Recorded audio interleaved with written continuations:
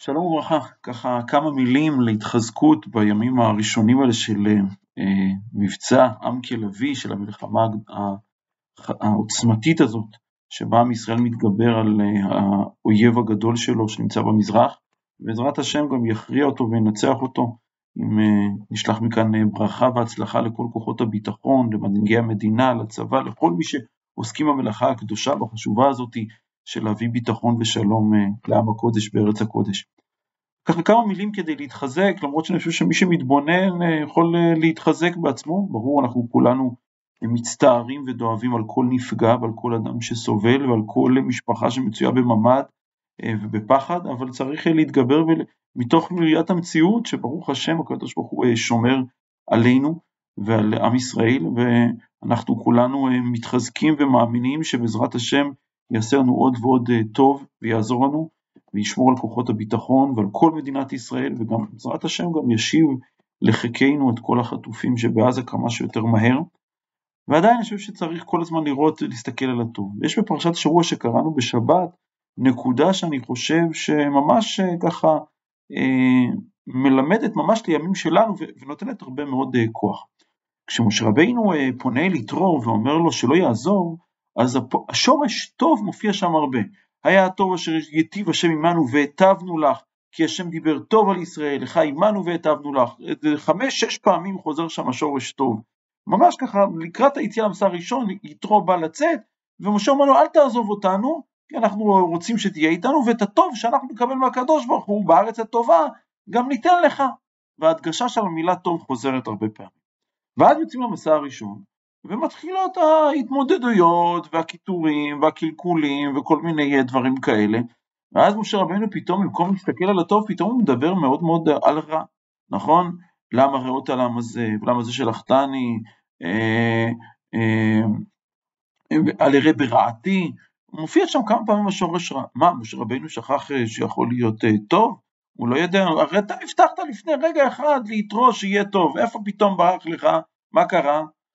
אז התשובה היא שהמבט הזה של משה, גדול הנביאים, גדול המנהיגים של עם ישראל, המבט הזה שהוא רואה את הרע בא בעקבות העובדה שהספסוף אשר בקרבו יתאהבו תאווה וישובו ויבכו מי יאכל מבשר וכו'. הספסוף שמתחילים לקטר. המילה הספסוף היא מילה יחידאית במקרא, היא לא מופיעה בכל התנ"ך כולו, רק פה בפרשה הזאת, פעם אחת בכל התנ"ך כולו, מילה יחידאית הספסוף. מה פירוש המילה הספסוף?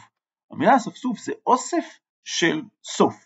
זאת אומרת, קבוצה של אנשים שהתחברו ביחד, חז"ל אומרים שזה ערב רב, אבל זה אוסף שלא קוראים להם ערב רב פה, קראו להם הספסוף. אוסף של אנשים שרואים רע, רואים סוף. זה הנקודה. וכשמשה רבינו, כל הראיית הטוב היא באה על זה שיש עתיד, יש ציפייה לתקווה, לשינוי, למצב יותר טוב. נכון? לך עמנו והטבנו לך, כי השם דיבר טוב על ישראל, והיה טובו שיטיב, זה הכל בעתיד, יש ציפייה לטוב. נכון? אנחנו תמיד מצפים למשהו יותר טוב. זה מפתח, מחר יהיה יום חדש, מחר תאיר השמש, יכול להיות יותר טוב. אז זה התפיסה של משה רבינו, כשהוא נולד הכל היה גרוע, נכון? ותראה אותו כי טוב, הוא אמרה אמא שלו, נכון? היא ראתה שטוב, איך זה? הוא יושיע את ישראל, הוא יושיע את ישראל, עכשיו שיעבוד, זורקים ילדים ליאור, צרות צרורות, אבל הוא, כשהוא יגדל, יהיה יותר טוב, באמת זה מה שקרה. וכשמשה רבינו שמע מסביבו, וזה הכל שהיה מסביב של אוסף של אנשים, שרואים רק את הסוף, רואים רק סוף, לא רואים שום תקווה של השתפרות, של התקדמות, אז אפילו הוא כבר לא יכל לעמוד מול הדבר הזה. עד כדי כך הדבר הזה השפיע עליו. בפרשה הזאת, מיד בהמשך, הוא אמר לו, אין בעיה, ניתן להם צאן ובקר, דגים, כמה שהם רוצים ניתן להם. אז משה רבינו אמר, מה, לקדוש ברוך הוא, הצאן ובקר ישחט להם, את כל דגי הים יאסף להם. זאת אומרת, לא יהיה שם, לא תוכל למצוא כזו כמות. עכשיו, עם מי אתה מדבר? אתה מדבר עם הקדוש ברוך הוא, אתה מדבר עם האין סוף, עם מישהו אין סופי, זה הקדוש ברוך הוא, הקדוש ברוך הוא אין סוף. לכן הקדוש ברוך הוא אמר לו, היד השם תקצר, מליש בא לתת עוד צאן ובקר, אני מוריד מן מן השמיים, אני מוציא מים מהסלע, מה שחומר אני יכול לשנות אותו, אצלי אין מוגבלות, אין אצלי סוף, הקדוש ברוך הוא אין אצלו סוף, זה בדיוק הנקודה, האספסוף עומד כנגד האין סוף, וזאת הנקודה אני חושב שצריכה להיות מרכזית,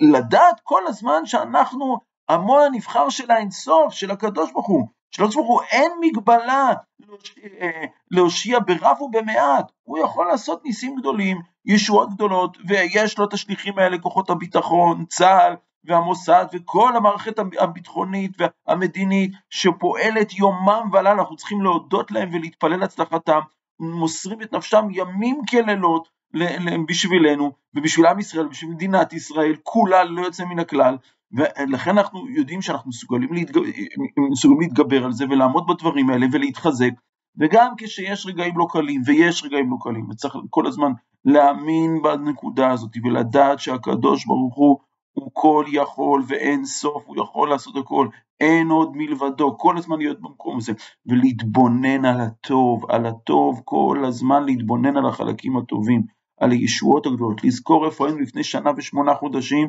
ברוך השם איך התקדמנו, איך התהליך הזה מתקדם. אי אפשר לצאת למערכה הזאת באיראן, אם היינו נמצאים במצב שיכולים ליפול לנו טילים גם מלבנון וגם מהדרום, אז עשו את זה פה שלבים, וזו תוכנית נפלאה, וצריך עוד פעם כל הזמן להיות באמונה, ובאמונה בצדקת הדרך, ובאמונה במנהיגי ישראל, שרוצים את טובת ישראל, וחושבים לעשות את זה בצורה חכמה וטובה, כשהם שומרים ודואגים לנו, ולראות באמת שזה מה שהם עושים, זה מה שקורה ברוך השם, ולהצטער על מי שנפל, ולדאוב על הפצועים, ומי שיכול לסייע בזה ולעזור, כמובן להיות שותף בדבר, בעזרה לחיילים, בעזרה למשפחות, בכל דבר שאפשר.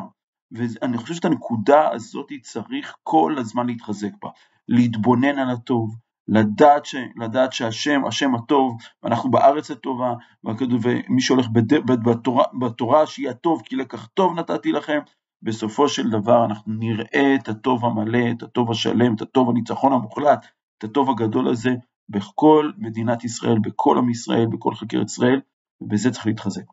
וממש לסיום אני אומר, מי שרוצה לשוחח, מי שמרגיש שזה נקודה, מי שרוצה, מי שחוששת, מי שרוצה איזה מילה טובה או איזה נקודה, מוזמן להתקשר ולפנות ב-SMS, בוואטסאפ, ולהתקשר בטלפונית, נשתדל לדבר, נשתדל להקשיב, נשתדל להיות בשביל כל מי שצריך, והעיקר באמת באמת להתחזק באמונה שלמה, שאנחנו עמו הנבחר של הקדוש ברוך הוא, והוא דואג לילדיו הטובים, לבניו הטובים, ובעזרת השם אנחנו נראה ישועות גדולות, ותהיה שמחה גדולה, ונבוא לבית הכנסת ולרחובות, להלל ולשבח לקדוש ברוך הוא, ברוב עם, בעזרת השם הרבה הרבה טוב. שוב אני חוזר, אם מישהו רוצה להתקשר, לפנות והכל, תמיד אפשר, אני אומר פה את המספר שלי, אבל אני מניח שידעו טוב, אני אומר את המספר, בעזרת השם משתדל בשביל כל אחד ואחד, 054-577-1830, נשתדל להיות מה שנקרא, אוזן טובה להקשבה טובה, אבל מתוך ההבנה שבאמת בסוף אנחנו שלוחיו של הקדוש ברוך הוא, והקדוש ברוך הוא מקור הטוב, אם אנחנו נדבקים בטוב שלו, אז גם טוב לנו. ברכה והצלחה והרבה הרבה טוב.